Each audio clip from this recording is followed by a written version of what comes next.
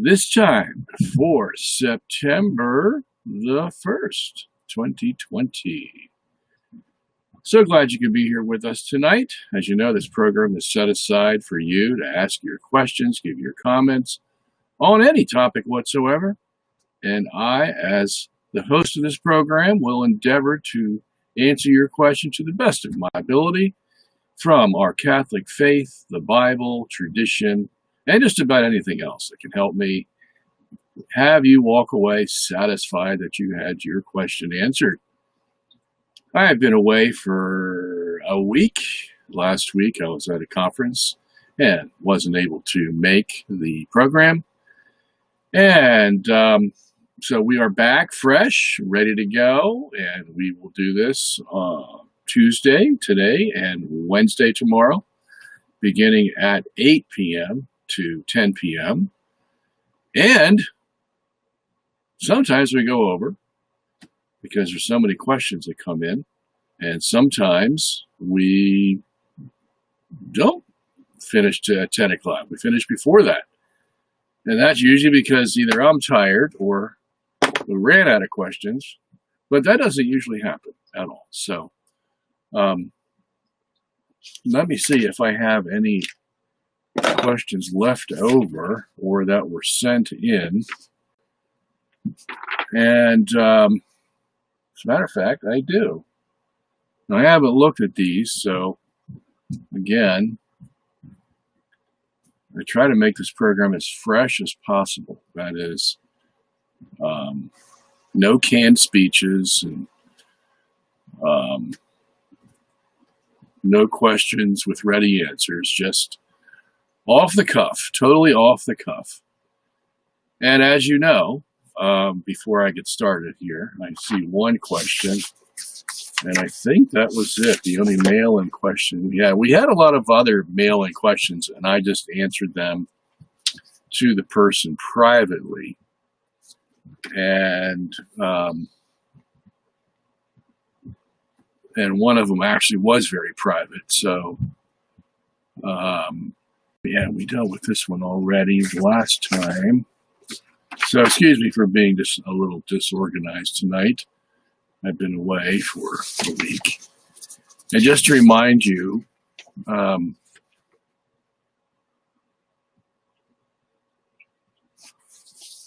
okay, so I've been putting off this Thomas Aquinas one here too, so maybe I'll take a stab at that tonight. And you're going to be surprised at my answer, probably. Let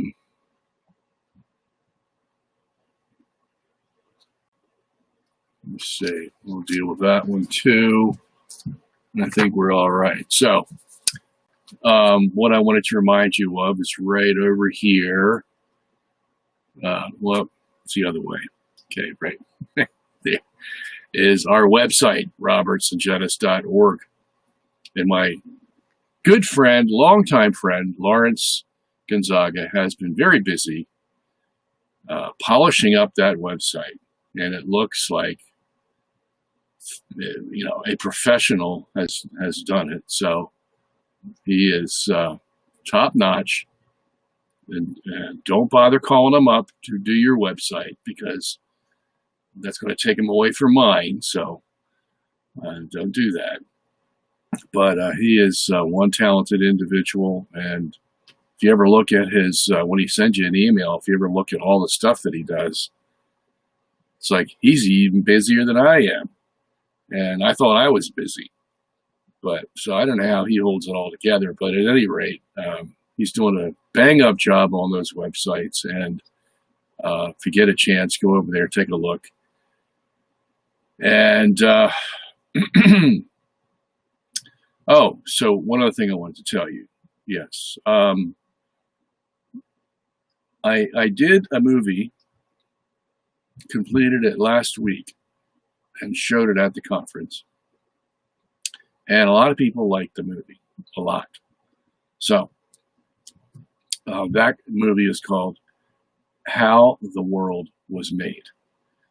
Yeah, it's a little sciencey, but also it gives a literal interpretation of Genesis chapter 1 and a little bit of Genesis chapter 2.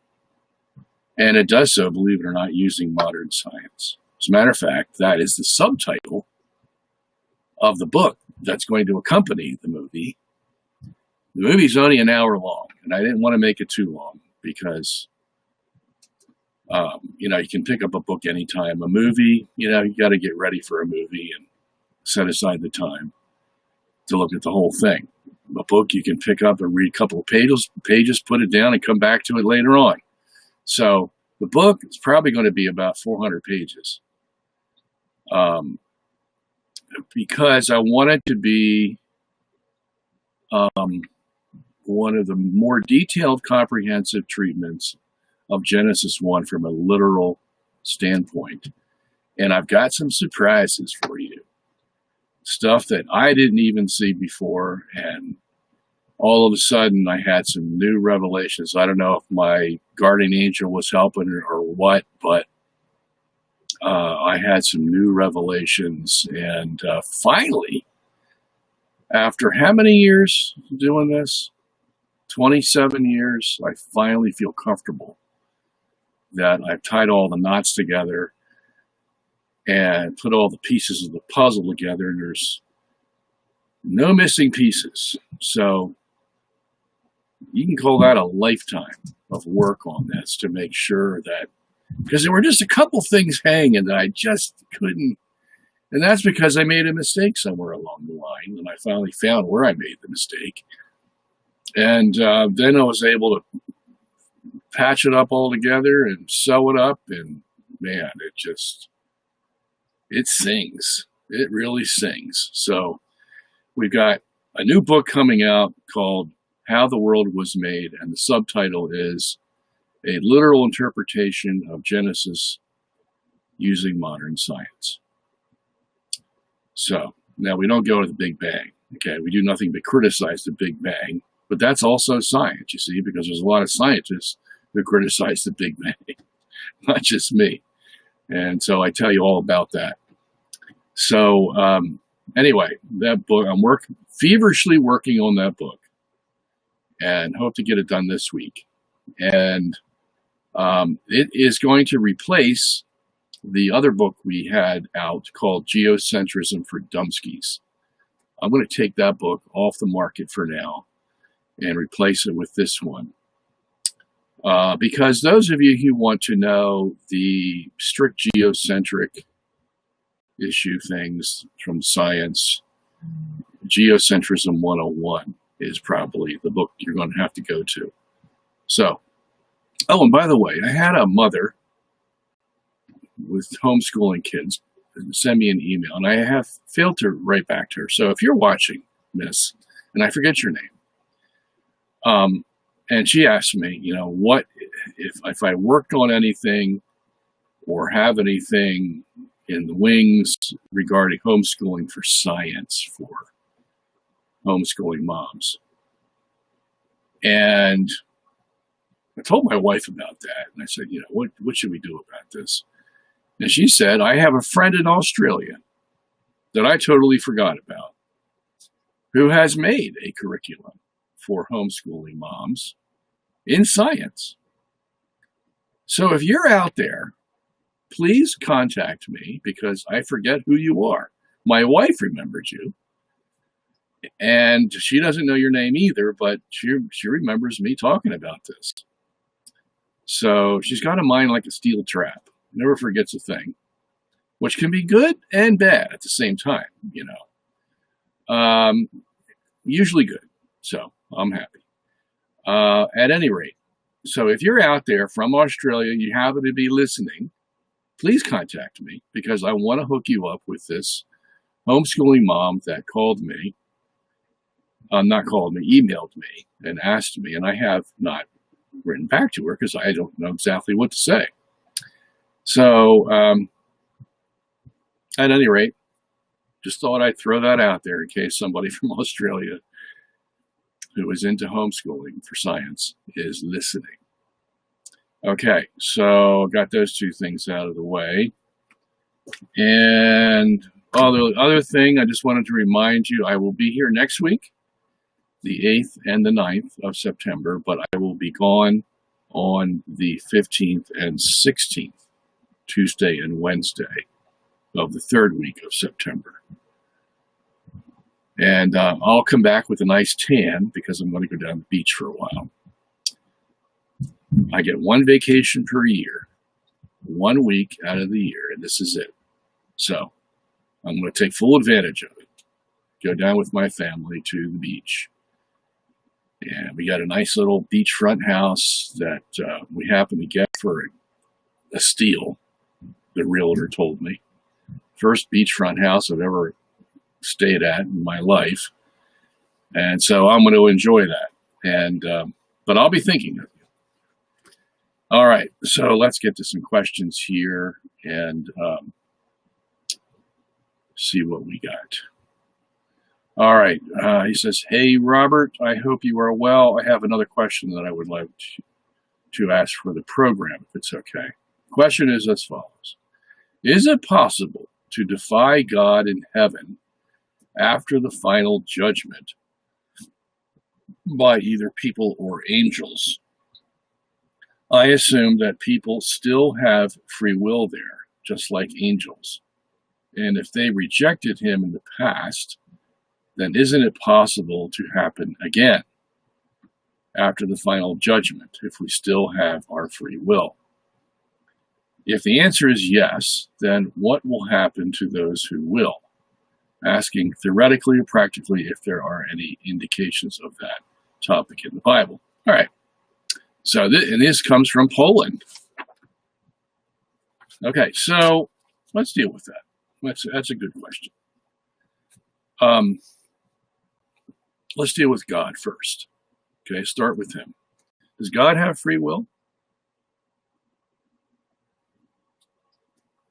I'm sure you would have to say yes, because if he didn't have a free will, then he would be a determined being. Something behind God would be dictating to God what he had to do or be or whatever.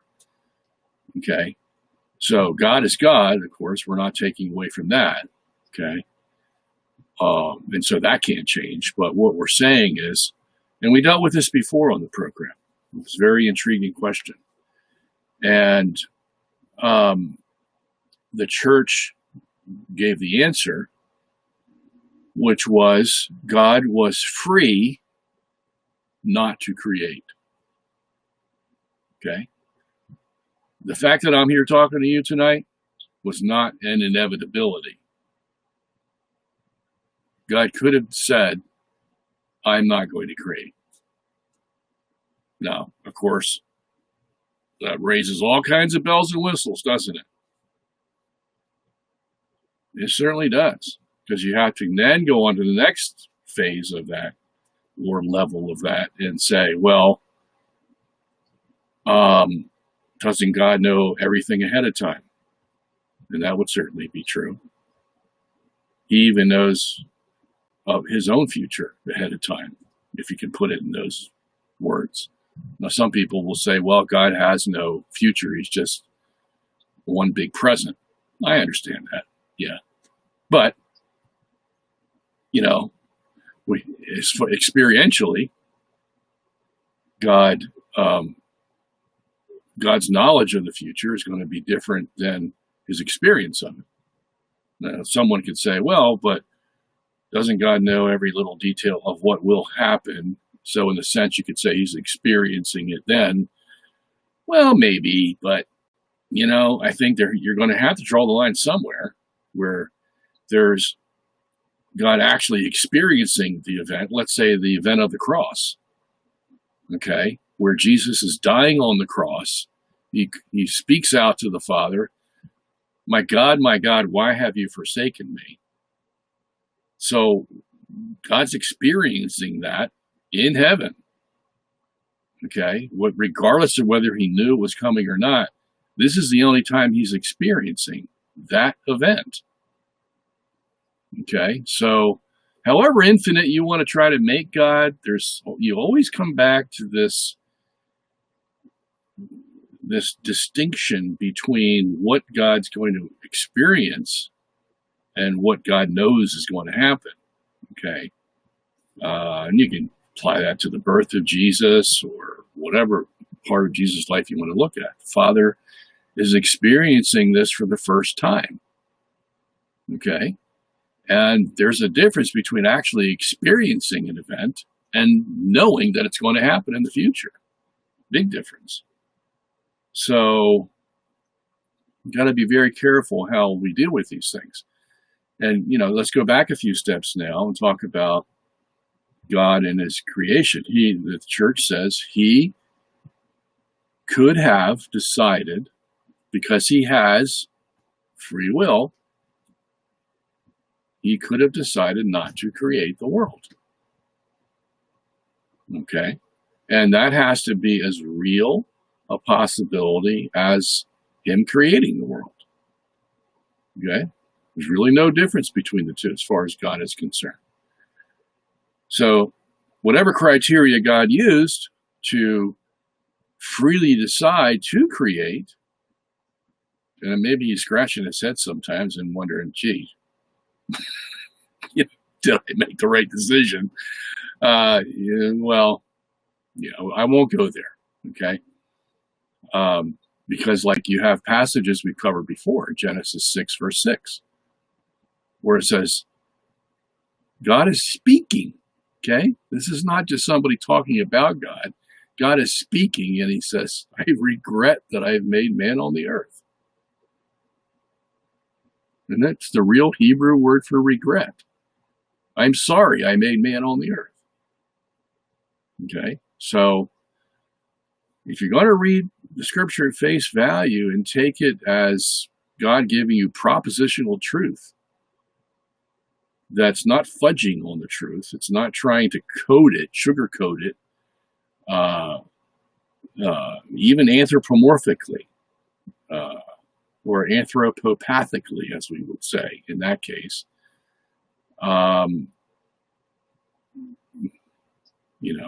You're going to have to assign some degree of regret. Otherwise, your scripture's just empty. God gives us these statements that absolutely mean nothing. Okay? And what good were they? What good did they do? If they're not truthful in the basic framework of what he's saying, why even read it? What does it do for you? Nothing. Okay? So there's some truth to it. Well, not some. It's all truth. Okay? So when we say God has free will, we really mean it. He also has the free will to say, I regret that I made man on the earth at the time of the flood. Okay? If it doesn't mean what he says it means, then we can't trust anything God says. Okay? It's just the nature of the beast. So, I take those passages at face value. That's what God said. That's what God meant. And a lot of theologians try to tone it down. And some of them even say that God didn't say it, that man just put that in there. But, that's a big lie. Don't believe any of that stuff. So, if God has free will, and yet we know that God is all good, okay, because either decision he made to either create the world or not create the world would have been a good decision, okay? So, but the fact is God had a free will, but God will never sin. In the Bible, it tells us God will never lie. Hebrews chapter 6, verse 13, and Titus chapter 1, verse 2. It comes right out and says that God cannot lie. It's impossible for God to lie. Okay? But yet God has free will. So that answers the question for us as well. We can have free will, but our makeup will now be of such a nature that we will not sin. Okay? Because think of it. If we could sin in heaven for all eternity, somebody's going to sin. Okay? The odds are somebody's going to sin if we can sin. But here's the truth. We won't be able to sin. Just like God can say of himself, it's impossible for God to lie. Okay? This is what makes the whole atonement so good, is that once Jesus came, he made us in his image, not in Adam's image. See, when we came into the world, we were in Adam's image. And if Adam hadn't sinned, then we would still be in Adam's image. We wouldn't be in Christ's image when we are refashioned. Okay, that is, we get our new bodies, and those will be fashioned like Christ's body, which is far different from what Adam's body was. Okay, and this is the whole glory of the atonement, is that, yeah, it's sad that Adam sinned, but it's good in this sense that we're going to be like Christ instead of like Adam. That's what the whole argument of Romans 5 is about. Okay, so as one saint said, oh, happy fault. Okay, a happy fault because, yeah, it's bad that Adam sinned, but look what we get out of it. We get made in the image of Christ instead of Adam for all eternity. Yeah. That's something to holler about. Okay? So once we're in the image of Christ, and Christ could not sin, well, we're going to be the same way, but we'll have free will. But we'll be deciding on good things. Here's a good thing and here's a good thing. Which one do you want? We won't be deciding about good and evil because there will be no evil to decide upon. Okay? So in that sense, we're going to be just like God in our makeup, that we will not be able to sin. And that's glorious. Okay? But yet still have the free will that we had when we were first created. Okay? So, yeah. Some little things are a little hard to understand there. I understand that. But that's the answer to the question. Okay? All right. And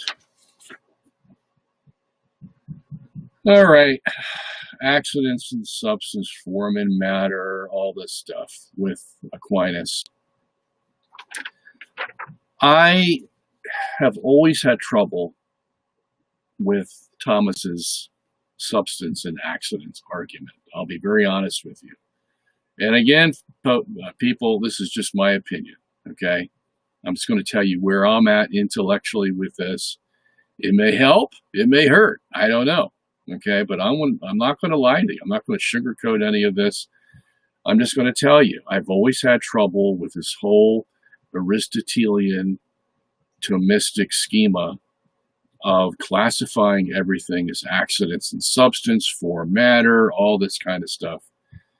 The reason is that both Aristotle and Thomas, things hadn't improved very much by the time Thomas came along, didn't know about science. Okay?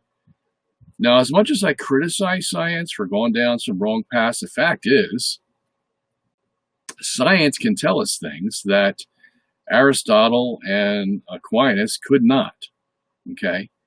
So let's, for example, take the substance of gold. Well, according to Aquinas and Aristotle, that would be a substantial form. Okay? Gold is a substantial form. And that means it can't be broken down anymore, basically. Okay? But see, they knew nothing about atoms and molecules. They knew nothing about chemistry at all. Okay? Zip. Zilch. Today, we do. And we've made this thing called the periodic table. 100 and what?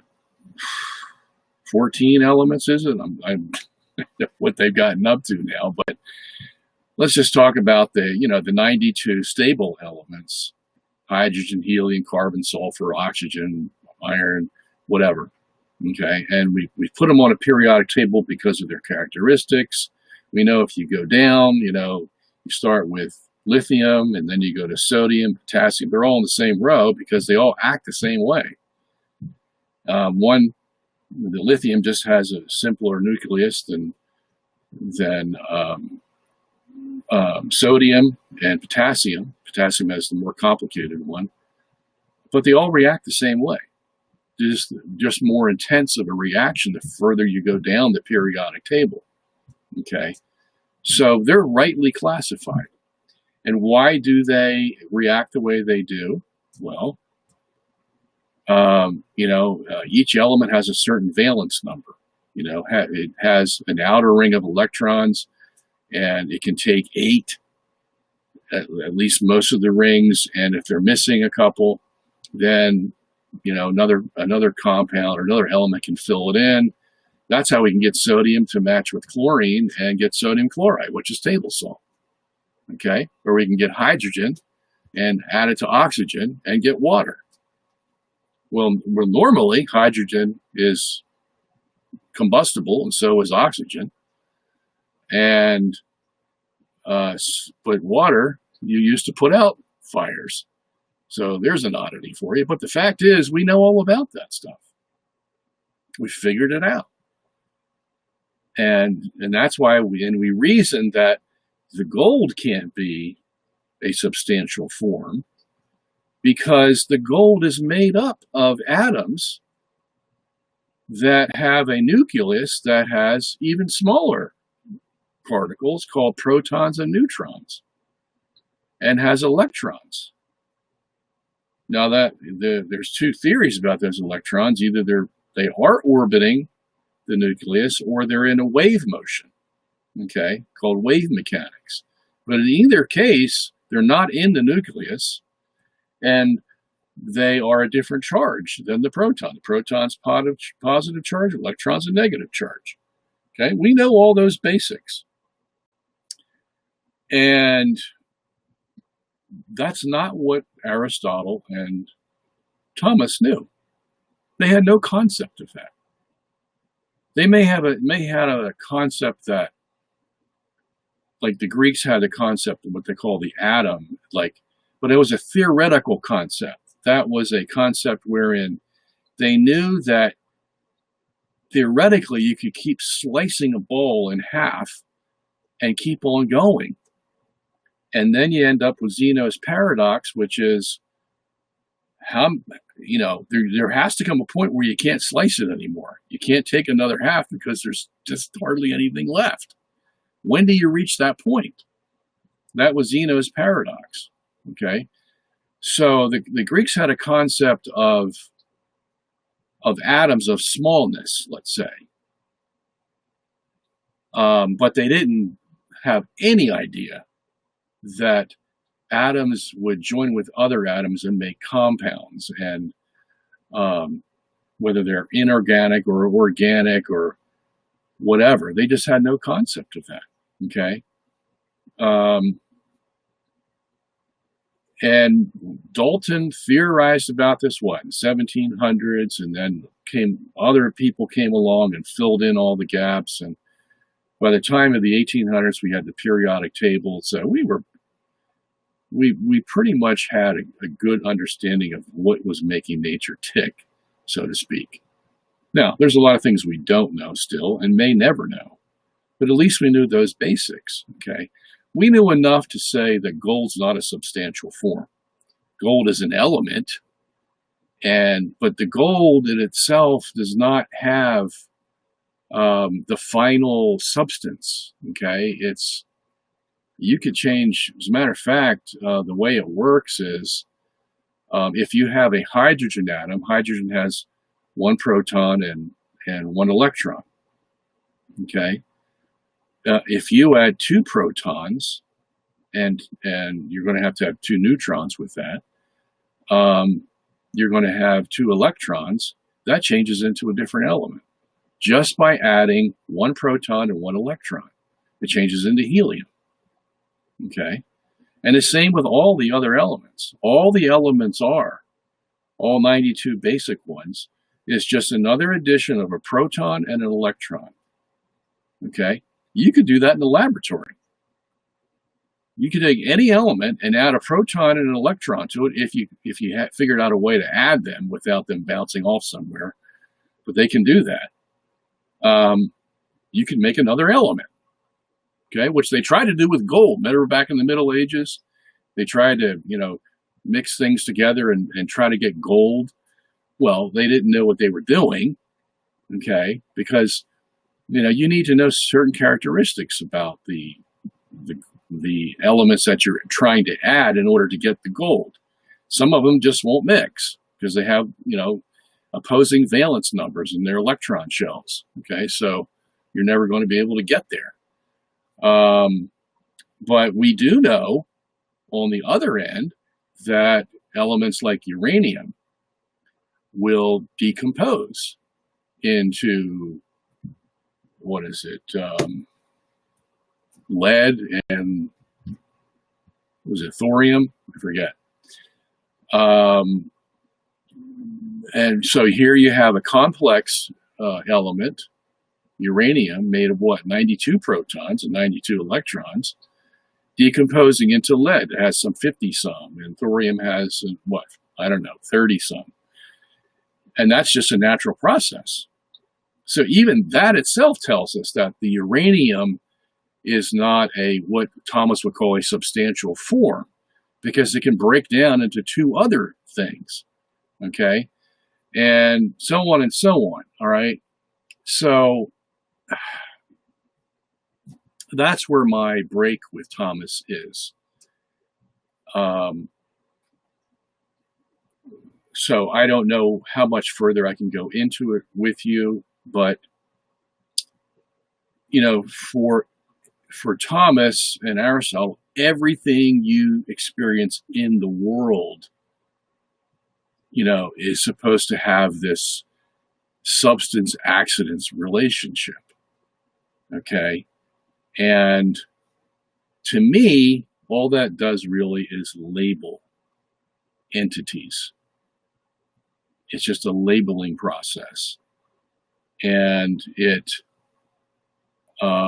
you get into form and matter and all these kinds of other labels that are put on, but you can't prove any of it. You can't prove gold is a substantial form. You can theorize it in your mind, okay, and then say that the quantity or the quality, there's like 9 accidents that Thomas would put on a substance. Its color, whatever, and these were all accidents because they weren't the very substance of the thing. Substance really means what's underneath of it. Okay, what makes it the thing in itself, as Kant was always trying to figure out. And in the modern day, that's really hard, because if you can take a piece of gold and, as Rutherford, the scientist, late 1800s, he got gold has the characteristics where you can cut it in leaves. I mean, really thin leaves, and it still holds together. It's almost like aluminum does. We can cut aluminum sheets or aluminum foil. Well, that's thick compared to what you can do with gold. Gold, you can cut it even thinner than aluminum foil. And he cut one very thin. It was only like 100 atoms thick of gold, okay? And he put a foil up there, and then he shot what they call beta particles at the foil. And beta particles are really just helium nuclei, okay? At any rate, they serve as good bullets if you want to shoot something and see what happens to the protons.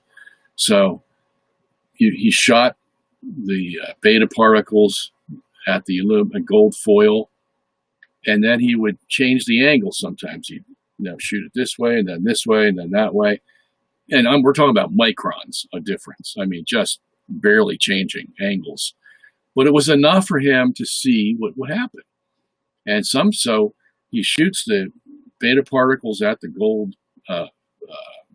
sheet, and some of them go right through the gold, and it hits his target on the other side of where the wall is, on the other side of his room. Okay. But sometimes he shoots the beta particles and they hit something and they bounce off and go like 90 degrees this way or that way, or up or down. Okay, so what did he prove? He proved that gold has a nucleus, okay, but it also has all this space between the electron and the nucleus. And when you hit the space, the beta particles go right through. When you hit the nucleus, they stop dead in their tracks and they bounce off. Okay? And you can even tell what the angle is that they're going to bounce off depending on where you hit in the nucleus. Okay? So this totally destroys this whole substance accidents thing, because now we have something that's inside the gold that makes the gold what it is. And if we're missing an electron, it's not going to be gold. It's going to be something, one of the other elements. Okay, if it's missing a proton and electron, it's one of the other elements. That's why we can number all the elements. Okay, see, carbon has 6, nitrogen has 7, oxygen has 8. You know, we number them because you're just adding another proton and electron to each to get the different element. So now we know we have, if you're going to define substance as what's underneath it, well, what is underneath of it? Now it's all atoms and molecules. Okay?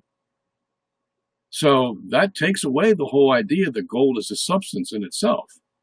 It's not. Okay, so that destroys much of this whole paradigm that's been carried with us for 800 years, and we're way beyond it now. Okay, so what else do we want to say about this? And I know you strict diehard Thomists out there probably turned me off when, 3 seconds after I started this, but like I said, I'm going to give you what I think, where I think we are in the history of metaphysics, and this is not your father's metaphysics, okay? Now somebody will come along and say, yeah, but now you're trying to explain matter by reducing it to its component parts, and I'll say, yeah, we are, okay, and is there a limit to that you can do that? Well, who knows? Okay.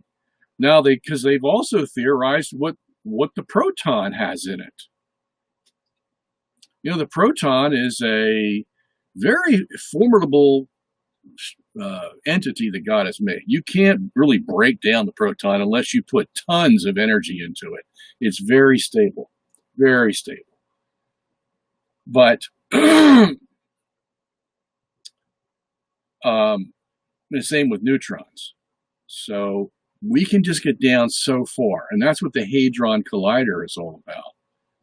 They're trying to get beyond theorizing that there's quarks and leptons in the proton and actually seeing one, okay? Or the Higgs boson that they are talking about, that they claim that they found, okay? Well, see, this is where science can get off the track too, okay? Because whether they found the Higgs, the odds are that they didn't find a Higgs boson if one exists. But see, all this is the same show. It's, can we get inside the nucleus and break that down further to see what makes up the proton and the neutron? Right now, they theorize what they are. And they've got like 9 different particles that, they're theorizing. And based on how the proton and neutron react when they're bombarded. Okay. And they can make their theories, but you're talking about entities that are really, really, really small. So you can just get down so far. But the point remains is that when you're asking what's the substance, what's the Aristotelian or Thomistic substance, okay, and you know that you can go underneath the element gold and find molecules and atoms, okay, that's the substance. Okay, that's the substantial form, if you want to call it that. But as I said, it's only putting a label on it because you don't even know whether that's it or not. You know, I've talked about Planck particles as making up the ether when we talk about geocentrism and ether. And I'm not the one who's, you know, I'm not making this up. I'm just getting it from the scientists. But their reasoning makes sense, that the smallest particle we know is the Planck particle, but that's 20 orders of magnitude smaller than the electron. And we can barely see that the electron exists. So the Planck particle is all theoretical, but the reason we can theorize about it is because you can do spectroscopic studies of space and knock out a particle, and it looked like nothing was there before you knocked the particle out. It looked totally like a total vacuum. It looked totally invisible, okay, until you do the right experiment and you knock out a particle of it, and so you see that it's substantive. It's made of particles. I'm talking about outer space, okay? So that's what's the substance there, okay? Well, we can guess. We have theories, okay? But and this is where Aristotle came along and said it had to be ether. Now, that was a good metaphysical jump. I agree with the reasoning that he used, and Thomas did the same thing, that you can't say that there's nothing out there in outer space. You have to say there's something, because why? Nothing doesn't exist. That's the definition of nothing, no existence. So you can't say there's nothing out in outer space. There has to be a something. Question is what the something is. Well, if it looks like a vacuum, acts like a vacuum, that substance is going to have to be some really super kind of substance to hide its characteristics unless you knock out a particle. Wow, that's really something. They call that a superfluid. Okay, the superfluid is basically a vacuum, but it's a substance. So we're talking about substance way beyond what Thomas and Aristotle knew of substance. Aristotle basically just theorized about an ether, that it had to be. There had to be something out there because it couldn't be nothing. Okay, I accept that. I use that logic all the time. What the something is, you haven't basically explained what the something is just because you call it ether. Okay, that's again just labeling. And labeling is just labeling. The name doesn't do anything for you. You have to know what that ether is composed of. And we didn't even come close to even theorizing what the ether could be composed of, i.e. Planck particles, until just the last 50 years or so. Okay? So, wow, this has been a learning process. So what do you do before that you know about, Planck particles, atoms, molecules, elements with electrons and protons? What do you do? Well, the only thing you can do is make up this thing called substance and accidents. That's all you have. A metaphysical theorization that you impose upon nature to try to explain how it all works. Okay? But, it served well for its time, but we've gone beyond that. So, anyway. All right, so let me get to the board here and see what we have. I hope I didn't go over your head too much tonight, but somebody asked a question and I got to answer it. So, okay, let me see what we got here.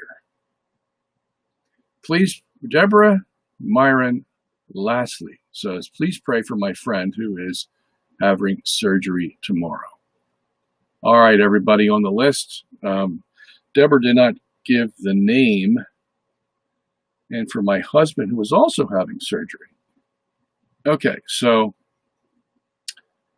Deborah, perhaps you gave the name down here. No, I don't see it. So that would be nice to have the name, Deborah, name of your husband and your friend. So if you want to write back in here, I don't know if you're still on the list here or not, but. All right, Bernard Jolette says, oh, let me see, there's a new message here. Let me see if that's it. Nope, that's not it. All right. Any comments on the RNC convention? Probably the most Catholic convention I've ever seen. Probably the most Catholic organized organization of political figures and religious figures that I've seen in the last, I don't know, how many years? I go way back. So, I mean, we have the Ave Maria being sung at the end. We have a nun talking about, Joe Biden and his abortion. What else did we have? Somebody bringing the rosary to the convention. And this is all in prime time, on stage. We have a president talking about God this, God that, no abortion, going after pedophiles who are stealing our kids, and he's stopping that trafficking of human beings. I mean, this convention put our bishops to shame. Our hapless bishops in the United States are talking about what Francis is talking about, which is, what his intention is for September, Pope Francis, to make sure we have enough resources on the earth. That's his intention. We have some of the most heinous sins going on in the world today, even in his own church. Homos, pedophiles, you name it, they're still everywhere. Human trafficking, drugs, abortion, all kinds of things. And his concern is that we, conserve our resources of the earth. I don't know. And you go over to the Republican National Convention, you see them talking about the very important things and doing something about it. And in ways that we would never have even guessed would be possible. Having a nun talking about, the right to life, and it's just, I was just amazed. Okay. Then the speeches that were given by each of the participants, where they went up to the podium, there was no audience there, we're just speaking right to the camera. Whoever wrote those speeches, I mean, if these people wrote them themselves, I can understand. But whoever polished them up, man, they were some good speeches. They were really good. So I was quite moved, and I didn't see even half of the convention. But what I did see was just overwhelmingly pleasing to anyone who has any spirituality whatsoever. So my hat's off to whoever organized that thing. It was a spectacular event. And it's so much that I wanted to even go back and listen to some of those speeches, because they put the problems of the day in such a way where you were just amazed that they can understand what's actually going on in our world today. So, I have really, really a great Republican convention, unlike anything I've ever. It makes all the other ones just fanfare compared to what I saw. the other night. All right. Dr. Sungenis, what is your take on 5G network? It's inevitable. It's going to come. But I understand there's like two different things we have to be concerned about. And I need to do more study on it to know what the two different phases of it are. But one phase is not so bad. The other phase may be bad. I mean, as far as the microwaves and all that. So we're not going to stop it. It's going to come. Okay. It's just a matter of being prepared for it when it comes into your neighborhood, you know, or can you be protected? What do you have to do? We already do that with our modem in our house now. We put aluminum foil around it to a certain degree in our electric meter. We do the same thing because there's waves coming out of those things that simple aluminum foil will take care of. So you got to be careful with that too. Okay, and then if they're building towers around you, you need to do some investigation. Okay, so my antennas are up, pun accepted, as far as, you know, what the dangers are of the 5G network, and I think we have to keep up with what is being developed. So this is nothing you just want to sleep over. You need to be aware of what's going on. All right. Hi, Dr. Sungenis. What are your thoughts on the so-called Catholic charismatic renewal? Do you think the popes are right to give the green light to groups with roots in Protestantism? No, I don't. I'm very skeptical about the Catholic charismatic renewal because, you know, it's all about emotion. It's all about speaking in tongues. It's all about seeing a miracle here, there, and everywhere. This is not healthy. This is not the Catholic faith. Okay, you can have the cross and the Eucharist there and sort of, you know, do Catholic things, so to speak, but when you're adding when the feature of your movement is speaking in tongues and miracles and falling backward and, you know, when the next miracle is going to come, and that's all you talk about, and everybody has a vision and all this stuff, it's, you know, this is all baloney. Okay. It's all made up.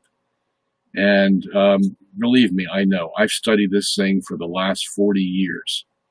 I wrote a book about it, and focused on tongues. Tongues, sign of blessing, sign of judgment. Okay. And there are certain people that have an emotional level that need that kind of stuff. I understand that. Okay. But that doesn't make it right. And then you get all these kinds of wacky events going on at these charismatic, you know, people salivating all over the floor, and they're dancing, and they're on the floor, and they're doing a 360-degree turns, and some of them are barking, and then they go into these ecstatic trances and say things they don't even know what they're saying, and they really can become bizarre. Okay. That's not what Jesus taught. That's not what the apostles taught. This is a total aberration of the miracles and the tongues that the apostles experienced in the first century for a reason. This was Pentecost, for Pete's sake. The gospel was now going to go to the whole world. Okay. And God was authenticating this New Testament by the miracles that were occurring. We don't need that. We've already been authenticated. Okay. If these people would spend half more time preaching the gospel, the vanilla flavored gospel, than going after the 56 flavors they have with all their tongues and miracles and barking and salivating, whatever they do, you know, we'd be saving a lot of people. Okay, that's the message of the gospel, is salvation, and we have very little time to be giving it to people. And the less time we spend trying to infatuate ourselves with the fact that God spoke to me, or, I had a vision of Jesus or Mary, or, I spoke in tongues and look at me, how special I am. If we had much less of that, then we could get the job done. And all the hierarchs that started this charismatic movement, like Cardinal Sungenis, back in the 60s and 70s, they were looking for ways to try to get more cooperation from the people, and they just opened up every avenue they could, but they didn't have good motives. And Sungenis was a liberal, and but he had bents toward the charismatic movement that, and I write about this in my book. Okay, so yeah, and that's why they can have fellowship. These Catholic charismatics can have fellowship with Protestant Pentecostals and Assemblies of God, because they're all believing the same thing. And they don't care whether their gospels are different, because they can all speak in tongues and have miracles and roll around on the floor and think that they're spiritual. Okay? So yeah, those groups are going to get together, but they're not spiritual. It's all just a big show. Okay? So yeah, you want my opinion? There it is. Okay? I would not get involved with them. I would tell anybody that asks me, don't get involved with them. You're going to be sorry. Okay? At first you're going to think, oh, wow, this is nirvana. Where have you been all my life? That's what you're going to think when you first get into it. And then it's going to wear off. And then sooner or later, you're going to see the reality of the whole thing. Okay? But by then, you're so sucked into it, and you've made friends, and you've moved to a different part of the country, or you spent all this time, and you don't want to admit that it's all been wasted. Yeah, there's going to be a lot of pressure the longer you stay there. Okay, so that's another thing we have to take care of. Okay, I'm not going too fast here today. Dr. Sungenis, if you were president, would you investigate 9/11? I would have done it a long time ago, as you know, I have done. And what I found wasn't very pleasant, I'll tell you that. Now, I don't think it's practical. I mean, it's going to have to be one of those things that happened in history, and we know there was a lot of chicanery going on. We're just going to have to let it go, because all the witnesses are dead. Now we just have professionals saying, it couldn't have happened the way they described it. Those professionals are still around. There's tens of thousands of them around the country who know that it was not because, some Arabs drove planes into the Twin Towers. Yeah, the planes went into the Twin Towers, but what really caused the buildings to come down had nothing to do with the airplanes. Okay? And you can have professionals tell you that. They're still living. But as far as the witnesses that would have to be alive, most of them are dead, and a lot of them have died mysteriously. Okay? So that's the thing. If you bring it to a court of law, you have to have witnesses. And then they have to be tamper-free. And boy, there's a lot of incentive not to bring it to court. And that's why, there was a lot of push by, Mulcahy, the judge, to have people that were finding out that the government story was false. They offered these people a lot of money to keep their mouths shut, not bring it to court. I'm talking about millions of dollars. Okay? And they all took the money, except for one lady. And I don't know whatever happened to her, but they silenced everybody. And, money is the grease that does very, stupendous things as far as people keeping their mouths shut. So you could never really have a fair and honest trial about this because of the influences from every quarter. political, monetarily. Yeah, it just would never happen practically. Okay. Is the Douay-Rheims a great translation review, and what version is the best? Yes, the Douay-Rheims is a good translation. I would not say it's the best translation, because there is no best translation. I've been through them all, believe me. They each have their good points and their bad points. And that's why I suggest that people get several versions of the Bible. The New American Bible, Revised Standard Version, New American Standard Bible 1995, New American Bible 2011, even the New International Version. Now, these are some Protestant versions in there, but they all have their ways of translating that are different than every other Bible. Okay, and that's because the Greek is hard to translate. Okay, Hebrew's not that easy either, but when you have one language being translated into another, it's an art, believe me, because you have to take into consideration the context, the grammar, the word definitions, the colloquial forms, oh my God, there's just so many factors that go into translating that you have to get correct if you're going to get it right. And even then, you're still not sure. But so translation is a complicated endeavor. So that's why no Bible, I would say, is the best. Okay, get a number of Bibles. Read one day and read another the next day. Okay, and you'll begin to see, as you do that, why I say what I say. Okay. All right. Did Adam and Eve have belly buttons? Well, the answer to that would be no. Okay, because you get that from your mother, the umbilical cord. Okay. Dr. says, for your next movie, can I came out in it? Can you come out in it? Is that what you mean? You mean you want a part in it?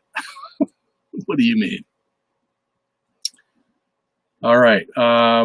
Shelley Keller says, Robert, my daughter is dating a non-Catholic, and I've been praying that she would meet and marry a Catholic man. Do I stay quiet or say something? Yeah, Shelley, you're going to need to say something early. And it would be something like this. It would be, okay,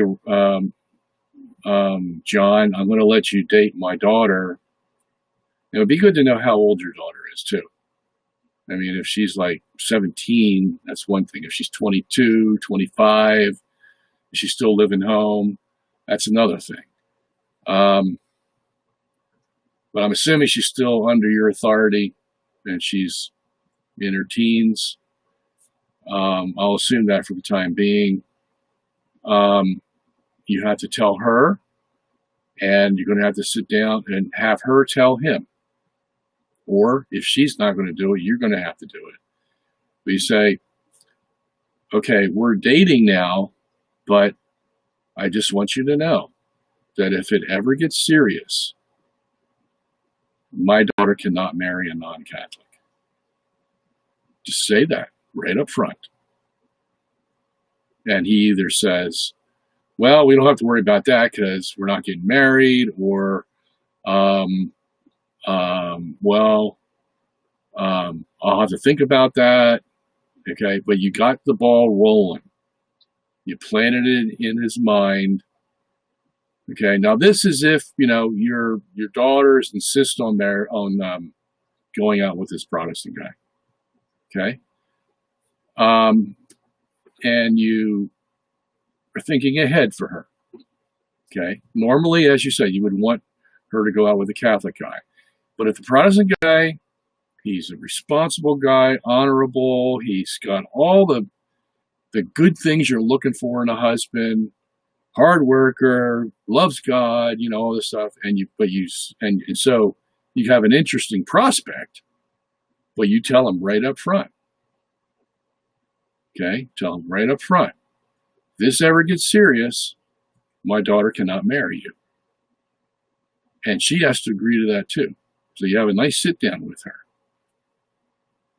And the way we would want to handle that is you become a Catholic. Are you open to that? And if he says, no, I hate Catholics, or, I'm just dating your daughter who's a Catholic, who's, it would be kind of odd for him to be dating a Catholic if he hated Catholics, I admit that.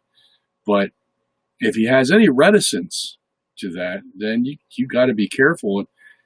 She's got to put God above her, her love life. Okay? And got to do the right thing, because, boy, you never want to make a mistake in that realm, because that's a mistake that'll last forever. You'll be suffering the repercussions of that forever. Okay? If, perchance, they happen to get married, the next line of attack is, okay, well, if you plan on getting married, because she might be of an age where she can decide for herself, the daughter, he has to promise that you can raise the children Catholic. If you get a dispensation from the church that this Protestant is okay to marry, you can marry under this condition. That is, you raise the children Catholic. Would you agree to that, Mr. Smith? And so these things have to be talked about, and they need to be talked about early. And it's, some people are afraid, well, I'll look like I'm putting pressure on him, to get married to my daughter or something. No, not at all. You're just looking at life right down the microscope, and you're seeing what the future's going to hold, and you want to take care of that right now. Nothing wrong with that at all. Okay? All right. All right. Sapudi. Dr. Sungenis, does the moon primarily cause the tides? I read that you co-author in Galileo was wrong. Dr. Bennett said that ether might be the primary cause of tides. Why might ether be the primary cause? Well, because as the universe moves around the Earth, the Earth is a center of mass, but the universe has a precession to it. There's 3 precessions, and it also has an undulating movement that is up and down 47 degrees around the equator. It also has some Coriolis effect from the equinox plane. And so you add all these together, and the fact that Coriolis force moves the hurricanes, you see that easily enough. We just had, Hurricane so-and-so, Laura, in Louisiana. Did you take a look at it on the television screen? And if you did, you'll see that hurricane turns counterclockwise. That's because it's in the northern hemisphere. In the southern hemisphere, if Laura went down there, below the equator, that hurricane would turn clockwise. Okay? Why is that the case? Well, that's because the Earth is right and smack in the center of mass of the whole universe. And so what happens in the north is going to have the reciprocal in the south, okay, and go a different direction. And that shows us that we're right smack in the center. Otherwise, it wouldn't be able to do that. It wouldn't be able to have 2 different directions when we go beyond the equator, okay? So if we know that the Coriolis force is moving the hurricane water, okay, well, it definitely might have something to do with the tides. And we have 2 tides per day, okay? That's, by the way, what got Galileo in trouble, because he couldn't figure out where the other tide was coming from. So that's why Dr. Bennett would say, because ether permeates and penetrates every object we know or can even think about. So, and even gravity. Okay, so gravity and those inertial forces coming from the Coriolis and centrifugal forces are all working together. And so there may be something, when you tie all these things together, the force that's moving that water, just like the Coriolis force that moves the hurricane water, is coming from some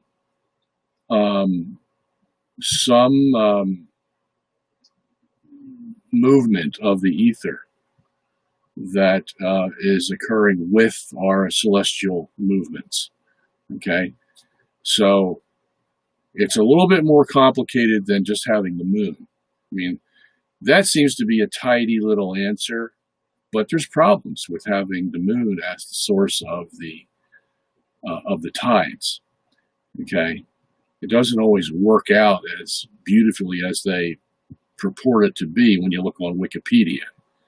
So that's why there may be a little bit more complicated, and that's why Dr. Bennett would want to add in the ether. I have not worked it all out myself. I've only theorized it, but haven't come to any conclusion yet. So that's as far as I can go with you on that. All right. Can you comment? Can you yeah, I should do this, shouldn't I? Put the questions up there. Can you comment on why you reject penal substitutionary atonement? Oh, Scott, we got to go through this again, huh? Because there's nothing legal about the atonement, okay? It's purely a voluntary decision by the Son to restore the honor and appease the Father's wrath. And the Father voluntarily accepts it from the Son. There's no legal requirements at all. There was no legal requirement that Jesus go to the cross and die. But if they wanted to save mankind, this was the only way it could happen. And Jesus voluntarily takes the job. That's what he says in John 10:18. I lay down my life freely. Nobody forces me to do it. Okay? So it's not legal. Okay? And if it's not legal, that is, it's not required, then there's no specific punishment that's required. The only thing that God is looking for is that whatever is sacrificed to match his majesty. That's what he's looking for. And that would at least take a sinless man who devoted his life to God and is now offering his life to restore the honor that the Father lost when the first man, Adam, had made God look like a fool by siding with the devil and making God look like he was the devil. God lost his honor. I mean, God is always God. He always has his honor. But in the eyes of his creatures, he lost his honor. Okay? And that has to be restored because of the majesty of God. And it takes a voluntary sacrifice to do that, and from a very special person. Okay? So, and even God's not required to accept it. Jesus didn't know that the Father accepted his sacrifice until he was raised from the dead on Sunday. Then he found out, well, he accepted the sacrifice. Okay? So, Even on the Father's end, he wasn't required. There's no legal requirements. Like Jesus says, okay, I'm going to pay this price, and you're going to accept it, right? No, that's not the way a voluntary system works. I'm going to offer you this sacrifice, and I'm going to plead with you to accept it as my Father. That sounds pretty good. Okay. But you're not forcing it. If you forced him to accept it, it wouldn't be a sacrifice. It would be worth nothing if he was forced to accept it. Okay? That's the whole thing about a sacrifice. You do the sacrifice hoping that the one you're doing it for is going to accept it, but he's not required to accept it. Okay? Neither is the one who's giving the sacrifice required to give the sacrifice. Okay? So, again, totally voluntary. There's nothing legal about it. There's nothing legal about it. There's no penal substitution. In other words, Jesus isn't paying for anybody's sins. You can't pay for anybody's sins. The price for anybody's sins is eternal damnation. And Jesus, of course, is not going to suffer eternal damnation. Otherwise, he'd still be in hell for eternity, paying for our sins. No, that's why he would accomplish the whole thing in 3 days. A voluntary sacrifice can be accomplished in 3 days, but not a penal substitution. Okay, that would take an eternity. And so somebody would come in and say, well, the fact that it's an infinite sacrifice, that means Jesus could suffer the eternal damnation in the course of 3 days. That's absurd. Okay, that's what Calvin used to think. And it's absurd. And that's because you started out on the wrong foot, thinking that Christ died for the elect only, instead of the whole world, as the Bible clearly teaches. Okay? Of course, when you start out on the wrong foot, everything you say after that's going to be wrong or tainted in some way. Okay? So, can't explain it any better than that. All right? If you have any more questions, let me know.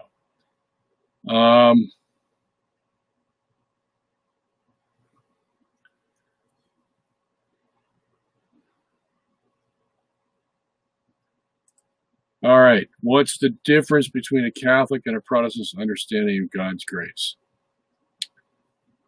Well, the Protestant believes that grace is just a favor of God. Okay, favor.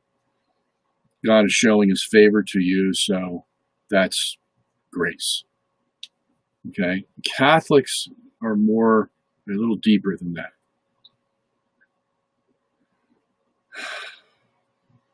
Grace is a power of God that changes us substantively. Okay, so when grace comes into our soul by baptism, the quality of the soul is changed. Okay? It's not just a covering that God puts over us, like the Protestants believe. They believe that God's grace will show favor, and that favor is constituted by the fact that Christ puts a covering over your soul. He doesn't change your soul. He just puts a covering over it, so when God looks at you, he sees Christ. Okay? And your soul is still the same old rotten soul it was before. Catholics say no, your soul has been changed, and the grace of God, the power of God, is the source of that change. It's the reason, the efficient cause, if you want to say, of that change. Okay? So, yeah, you've got two different concepts of grace. Catholics also believe that an object can hold God's grace or God's power. Like when you bless yourself with holy water, what's going on there? Okay? Well, you receive God's grace.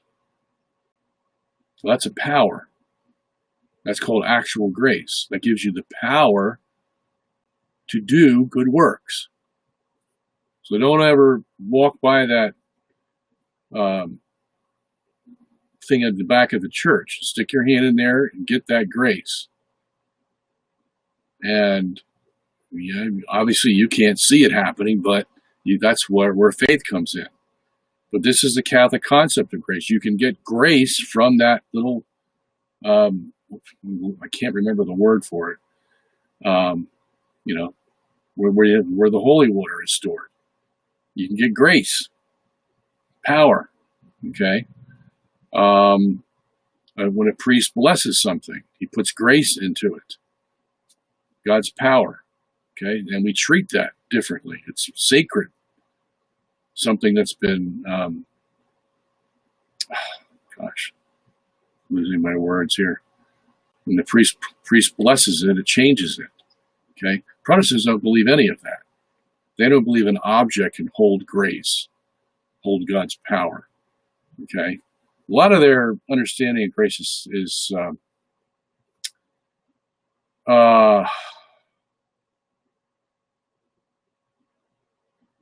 want to say numerological, but I don't know if that's the correct word or not.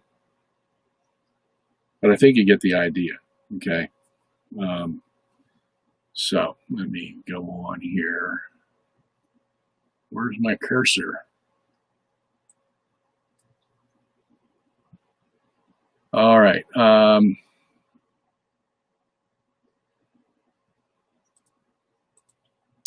can't find the cursor.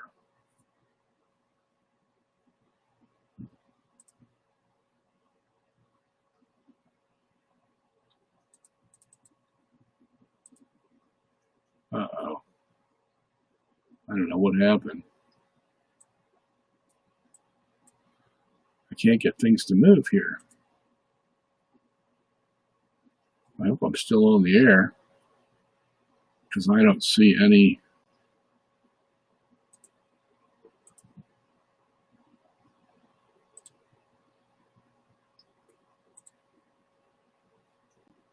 Oh boy, I can't move the cursor.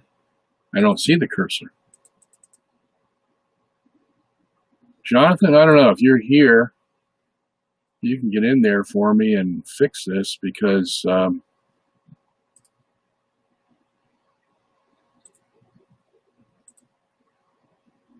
I lost the cursor and I can't get down to the other questions.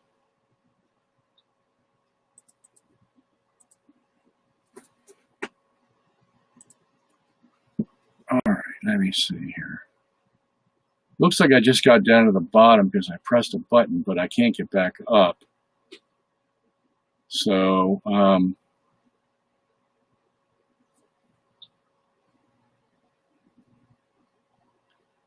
let me see if I can get one from the bottom here, which may not be bad because people from the bottom usually don't get their questions answered.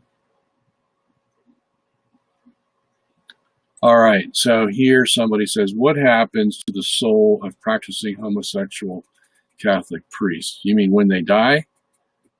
They will go to hell. Okay, no questions asked. They will go to hell. And if they don't go to hell, then the Bible's untrue. Okay, very simple.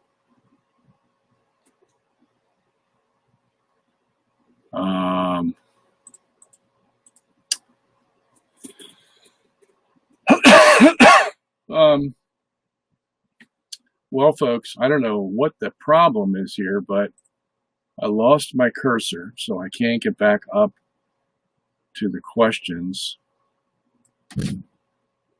that are above the ones I just answered. So I don't know what to do here. Okay, somebody says I'm still on. All right, so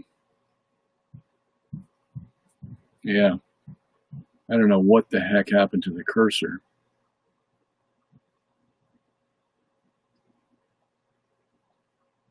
Things were fine until I started putting your questions up in the right here. Things were working fine until I did that.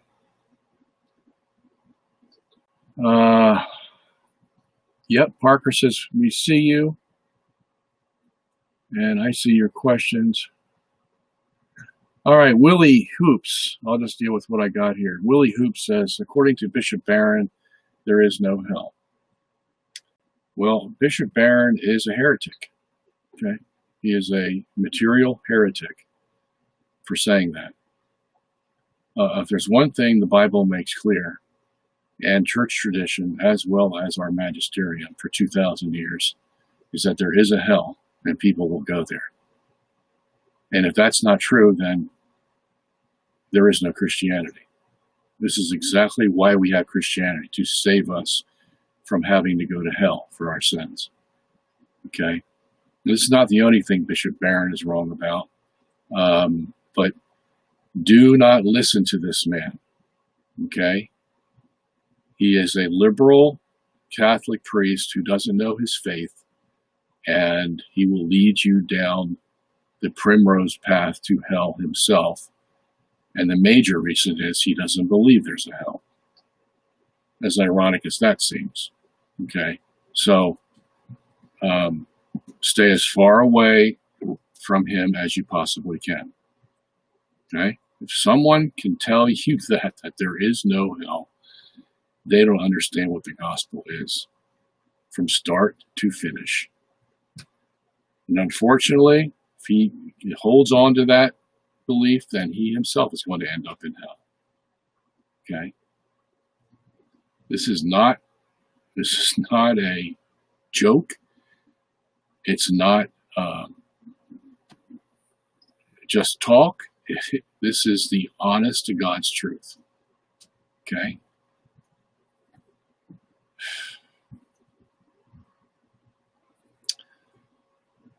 Miceli Mondel.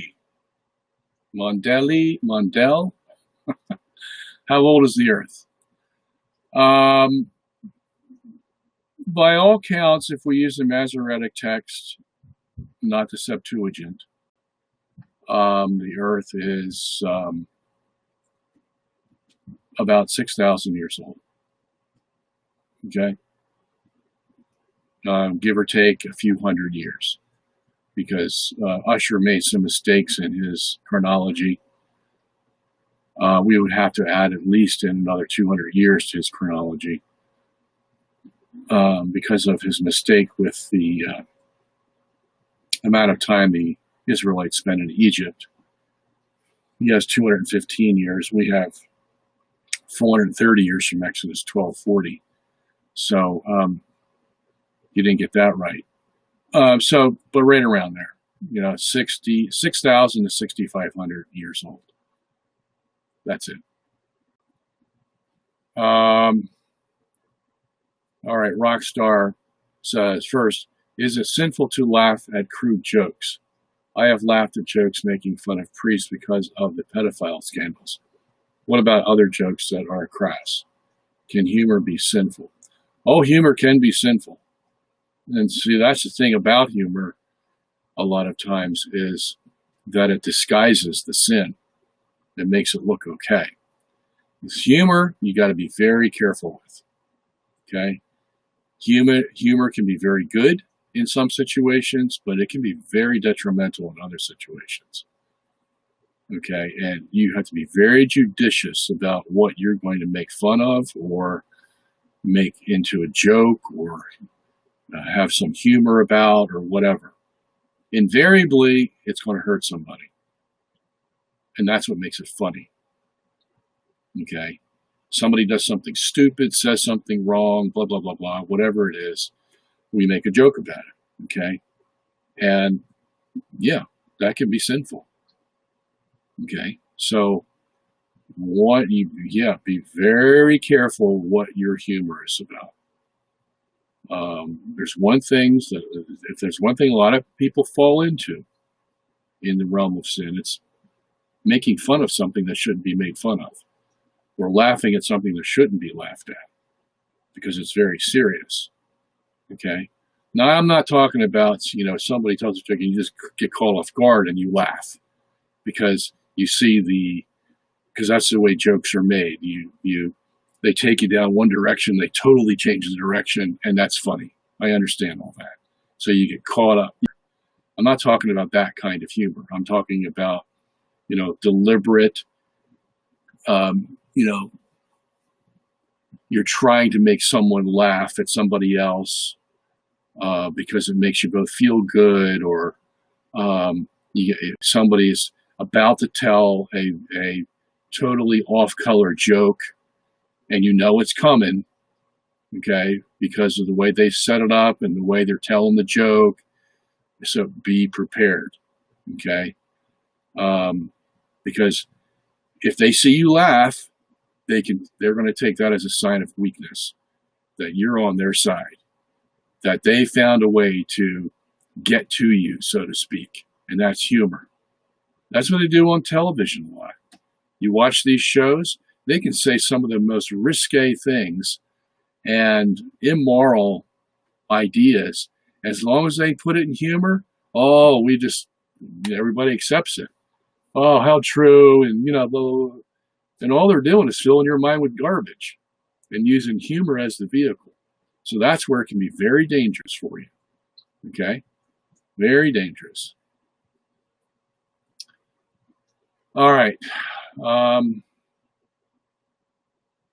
Dr. Sungenis, do you believe in natural selection? Can we believe it as Catholics? No. Natural selection is a totally false idea, okay? Made up by Darwin because he's trying to find some evolutionary mechanism. They found out that it doesn't work, okay? It sounds good, but it just doesn't work. Neither does gene mutation work, okay? They have found no mechanism for evolution, let's put it that way. And our church has been very clear that evolution is not true and that we shouldn't believe in it. Even Pius XII has said that in his encyclical Humani Generis.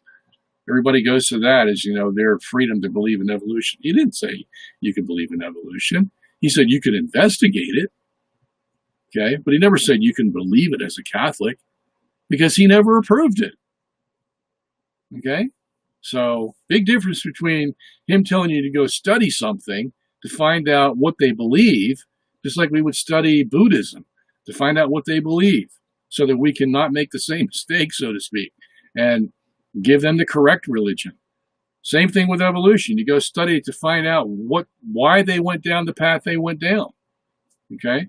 But certainly no Catholic has permission to believe in evolution. Church has never given that, okay?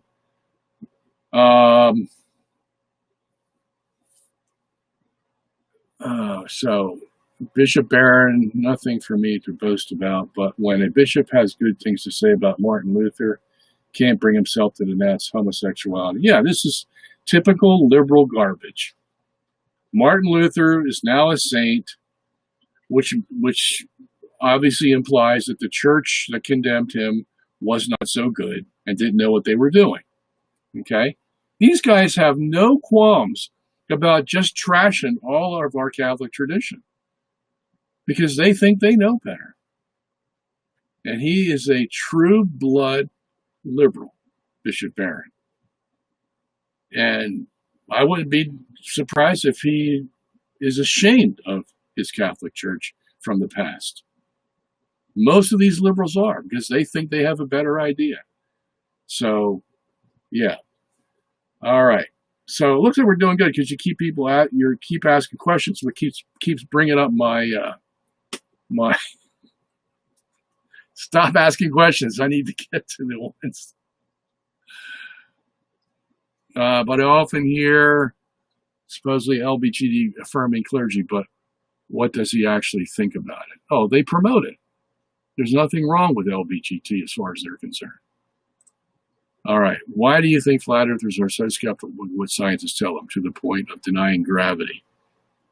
Well, because they see the bad parts of science and they harp on them. And there are bad points of science. The Big Bang, evolution, the multiverse. All this is pure garbage. So they see all that, and all of that takes people away from the Bible and God, because these evolutionists and multiverse people all think it came in by chance, And so God's taken off the stage. So I can see why the flat earthers are skeptical of scientists, okay? But then they make a mistake in the other direction, okay, by not sifting out the bad science from the good science. Okay, that's what you have to do. Like anything, religion, finances, you have to sift out the good from the bad in order to get the correct position. Unfortunately, these flat earthers make the same mistake as the secular scientists, only in different directions. Okay, so that's why. Do you agree with the work of Michael A. Hoffman that the church was infiltrated in 1515 AD when Pope Leo X Medici opened the Monte di Piete Bank and permitted usury? I'm sure it has something to do with it. Okay, Michael Hoffman is a pretty good scholar. He digs up the facts, and yeah, the people in Italy were the one that started the usury. Okay, they started capitalism. So yeah, it does go back that far. Okay, so yeah, I would not, have any visceral reaction to what he says about that. All right. Does God work through the Protestant church? My father is a Baptist minister. I don't think he will convert. Is it possible God has called him to be a Baptist preacher? No, it's not possible God's called him to be a Baptist preacher, but being a Baptist preacher, God can still use him. Okay? God even uses the devil to do his work. God uses everybody to do his work. Now, God didn't make the devil the devil. The devil chose to be the devil, but God's still going to use him. Okay? So, and the Bible's crystal clear about that God uses the devil to do his own bidding. All right? So God can use a Baptist pastor or anybody. It's all calculated by God. He knows all the ins and outs, all the people involved, all the angles involved. He knows everything. And he uses it all to his advantage. Okay? He even uses Bill Gates or George Soros. Okay? They all think they have so much money and they're controlling the world, and God's using all the computers and the cell phones that they have developed for what? The preaching of the gospel. God set it all up, using them, total atheists, for the benefit of us, so that his work can be done a lot faster than it was before. Okay? Think about it in those terms. All right, let's see what else we have here. Can you please explain to me how evolution is fake with the fossil record? Because there is no fossil record that has any of the transitional forms that evolution needs. Okay? The fossil, they admit it themselves. The evolutionists, was it Stephen Gould back in 1980, had at the Chicago Convention, said that he and Niles Eldredge, his partner in crime, have given up on finding transitional forms in the fossil record. 1980. So what was his solution? He says, well, I suggest we believe in punctuated equilibrium. And that's just a fancy word for saying that the transitional fossils, there are none. And so the next stage of development just sort of punctuated itself into nature all by itself. And his one explanation he had for it was the transition took place so fast that there wasn't time to make any fossils of it. That's how desperate he was. Okay? So this has been known since the time Darwin developed evolutionary theory in 1859. Okay? It was all dependent on what we find in the fossil record. And if you don't find any transitional forms, and they have to be abundant, because some people say, oh, well, they found a transitional form over here in Australia one day. And no, there has to be an abundance of transitional forms. for evolution to be accepted. And there are none. And that's admitted by their own advocates. Okay? So, it's the same thing with the geologic column. Oh gosh, you look at the Grand Canyon, you can see all the strata layers, one after the other, after the other, after the other. And you can. It's one of the greatest places to go see the strata. Okay? And their theory is that they all formed vertically. If you had one layer, and then you wait another million years, and the next layer came, and waited another million years, and the next layer came, and it all looks like, wow, it supports evolutionary theory. But it doesn't. Because you can make those layers in a matter of weeks or months if you have the right water flow. And those layers are made both vertically and horizontally, not just horizontally.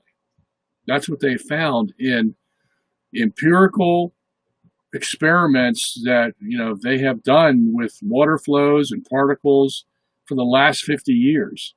So we know the geologic column is all bunk too. Okay? There's nothing to hang your hat on with evolution. Okay? All right.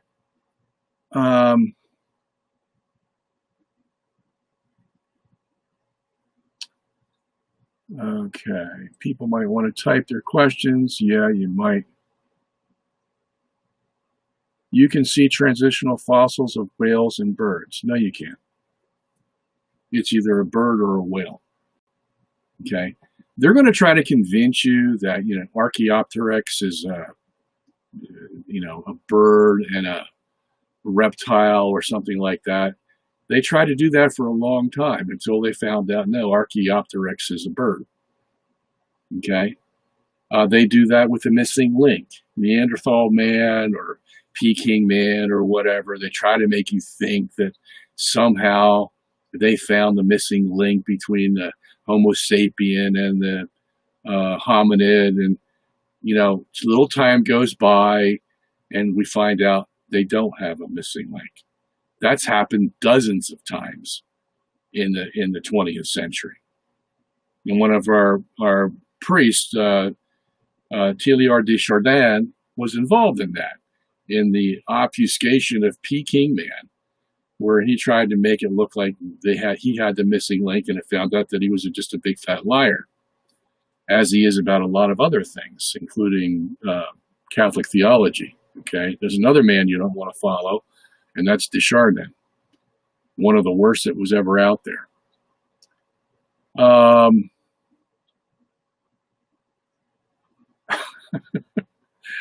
Who was worse, Darwin or Martin Luther? I don't know. I don't answer those kind of questions. I've already stated my case, Ethan, on evolution and species and transitional forms. Okay, I'm not going to talk about it anymore. Willie Hoop says, does the Bible identify where the mark of the beast will be placed? U.S. genetic scientists are pushing identification implants in newborns so that all people can be monitored and eventually controlled. The mark of the beast is not some kind of electronic, digitized or any other kind of mark. Okay, the chapter that comes in, Apocalypse 13, it's all symbolic language. It's not talking about a literal mark.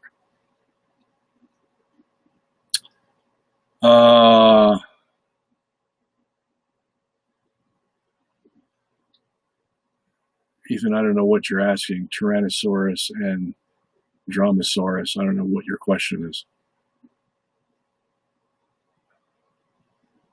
Feathers don't determine. There's a lot of different species that have feathers. It doesn't make it a bird. It doesn't make it one or the other. A lot of species share different characteristics and doesn't prove evolution in the least. If you want to talk about Tyrannosaurus rex, then deal with the problem left over by Mary Schweitzer at the University of Colorado back in 2010. She found blood vessels, blood cells, collagen, in a T-Rex bone that she cracked in half. Okay, tell me where that's coming from. If this thing is 65 million years old, there shouldn't be anything resembling blood cells, blood vessels, or collagen, or any organic matter whatsoever in the bone of a T-Rex, especially since it was sticking out of a hillside. And so it wasn't preserved by being underground, let's say, 50 feet. Okay? Where did that come from? Okay? And they refused to do carbon-14 test on it. Why? You afraid of something? You afraid it's going to show you that it's not 65 million years old? Yeah, that's what they're afraid of. Okay? So, if you want more information on all this, Ethan, you can get my book, Scientific Heresies. I cover all the issues about fossils, radiometry, things that you're talking about here, but we're not going to go into it anymore here, okay? All right. St. Longinus says, Sungenis, why did the church for centuries think the earth was flat? They didn't. See, this is another myth. You want to get my book, Flat Earth, Flat Wrong. You can get it at flatearthflatwrong.com. And you'll see there that the church from the beginning, even the Jews in the 2,000 years before Christianity, believed the earth was a sphere. All this malarkey about, the earth being flat, that was a myth. Started, quite a while ago. All right, you guys, you're going too fast for me. You remember, I have no cursor. So a lot of questions are being skipped.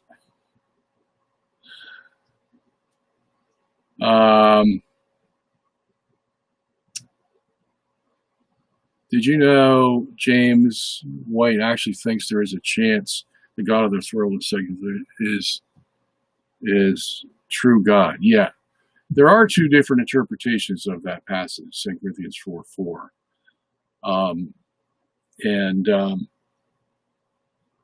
Some of them believe that it's actually God himself.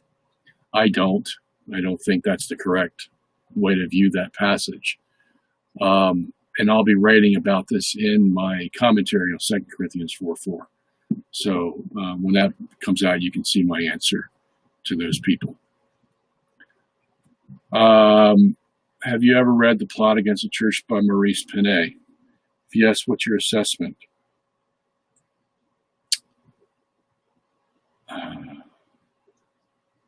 Yes, I've read it. I think he did a good work. What he says about what was going on in Vatican II is certainly verifiable. A lot of behind-the-scenes stories there, and he covers a great part of them. He was quite successful in turning a lot of bishops back to the truth. And yes, I think it was a wonderful work that he did.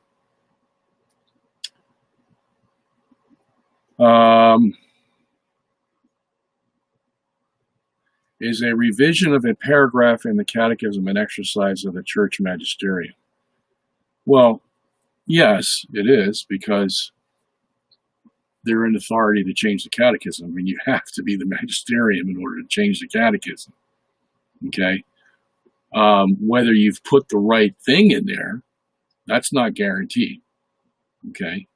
And if you're talking about Pope Francis's change, of the death penalty to no possibility at all, yeah. Unless he wants to make that into a Catholic doctrine, he can make a mistake in the catechism. Okay? If he really wants to show us his weight and that he's correct, turn it into a Catholic doctrine. Turn it into a dogma, an infallible dogma. But he doesn't do that. Okay? And he may know that tradition is not on his side, and probably God's not on his side. So, yeah, these things can happen. All right? I have a paper on that issue on robertsongenis.org if you want to go check that out, dealing with the death penalty. Does the Bible confirm that the Nephilims were giants? No. They did not mate with women. These were not devils that came down and were giants and mated with women. Okay, that's not what that passage is talking about. And we've been over this before on this show. Okay, they were men of name. They were the great men of those days, like, you know, the great athletes of today, or the great actors, or the great politicians. Okay, same back in those days. And they were doing the same thing in those days as our great men are doing today, sinning. And that's the whole gist of that paragraph there. Okay? And it became so bad, of course, that the whole world was caught up in this sin and sinful, and thus God destroyed it all. Just like today. Yeah. All the ideas spread around: abortion, homosexuality, you know, marriage or divorce, and contraception. All these things are all spread all over the world today. So we're in the same situation they were. And who did it? Well, it's the great men. You know, Bill Gates, the great savior, or George Soros, or Margaret Sanger, or, you know, all these saviors of the world that gave us all these sins, basically, are the giants of the days, you see. So look at it from that perspective and you'll understand it a lot better.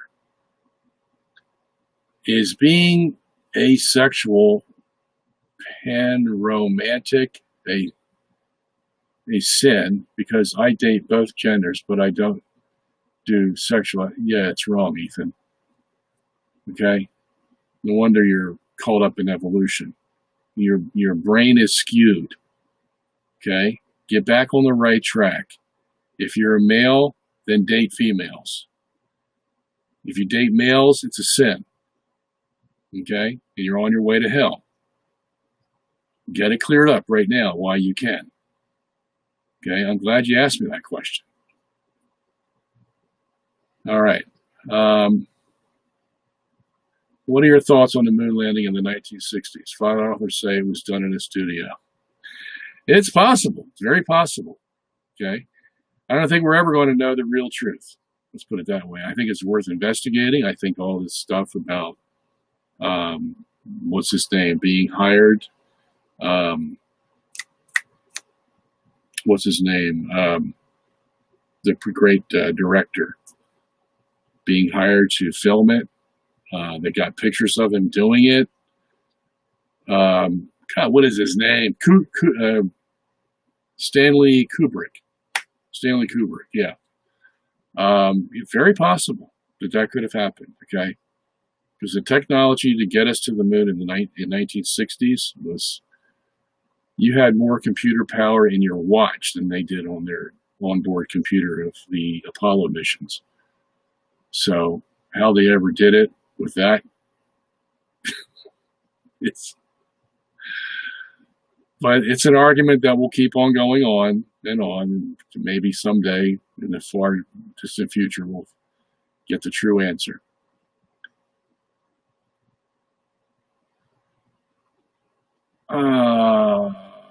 Apologies for the silly question. I don't know what you're talking about there. What are your objections to Protestant interpretations of John 3:3-5 being symbolic and not referring to baptism? Well, basically, Nerva, you have to have a basis for your interpretation. Let me put that up there.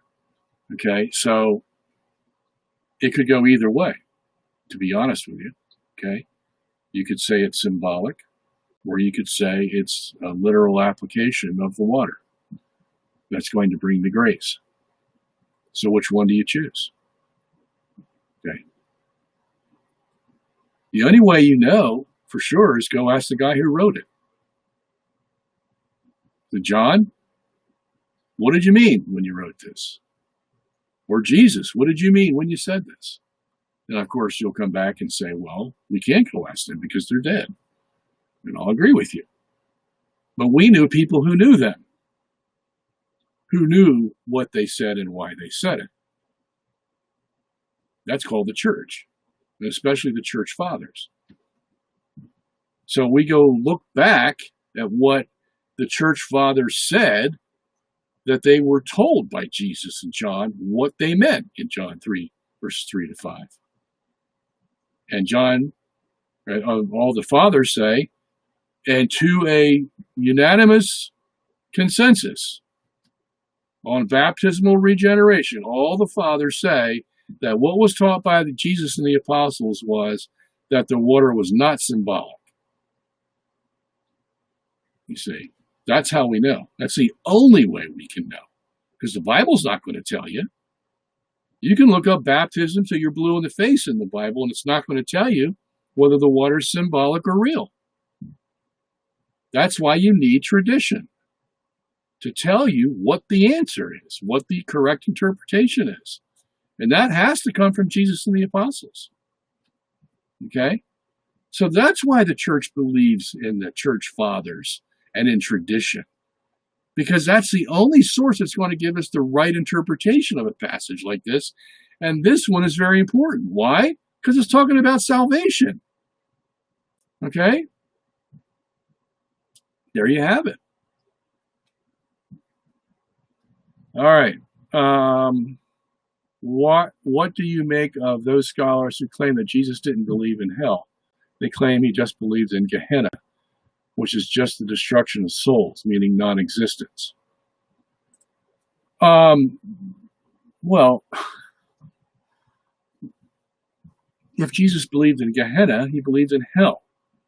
Okay, and the next thing they would have to do is they'd have to prove that Gehenna was a destruction to bring out non-existence. Annihilation is another word for it. Okay, where did they get off saying that? Gehenna was not used for that. Gehenna was like the outskirt fires of Jerusalem, where they brought the trash and had it burned.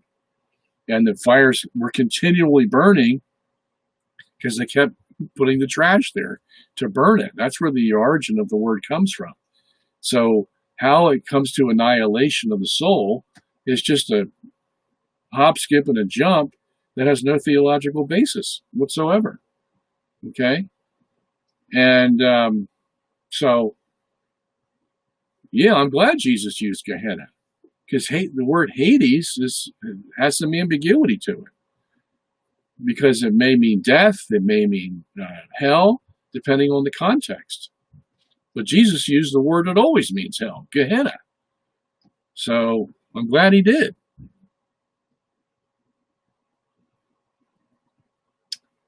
All right. True News reported John Hagee and Laurie Cardoza Moore have been taking money, this one I got to see, from Israel to promote Israel's agenda in the U.S. What do you think of the prospects of the evangelical Zionist movement? Well, there's good and bad about that. Hagee, I wouldn't trust him as far as I could throw him, because basically he says that Jesus did not tell the Jews that they needed him as their savior, that they're waiting for another savior. So this guy is totally off track. He doesn't know what the gospel is at all. So he's totally enamored with the Zionist state of Israel. But on the other hand, if it wasn't for the evangelicals, despite their false belief in the Zionist state, these people are holding America together. There's 70 million of them out there, and they may be off on a few things, but they are conservative, they love their religion, they love God, and they're keeping the last vestiges of what we have left of God in the United States, as opposed to our hapless bishops who aren't doing a thing, except being the liberal jerks that they continue to be, and saying stupid things like Bishop Barron says, there is no hell. Most of the Catholic priests and bishops believe this liberal garbage. And that's why our churches in this state is it. That's why God's judging us left and right today. Okay? So the evangelicals, on the other hand, with their problems, I admit, are holding the rest of this country together. There's a force out there. There's a lot of them. Okay? So we can live off the crumbs of their table, so to speak. And anyway, so that's why I have two views of it.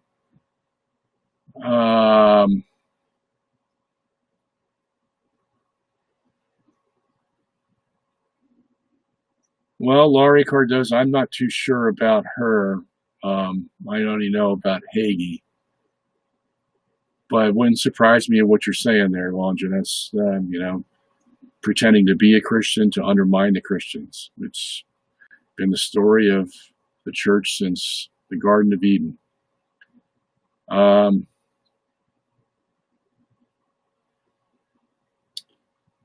Can a pope remove statements from an ecumenical council of the past? Is Bishop Athanasius Schneider's idea of removing ambiguous statements from Vatican II a good idea? A pope can do that, yeah. Pope can basically do anything he wants, okay? He can remove statements. You'd have to have a very good reason to do so, okay? Yeah, I think Bishop Schneider's idea of removing ambiguous statements from Vatican II is a good idea. Not that they're erroneous, but that they're ambiguous, okay? And they cause problems. Okay, I think that's a very good idea.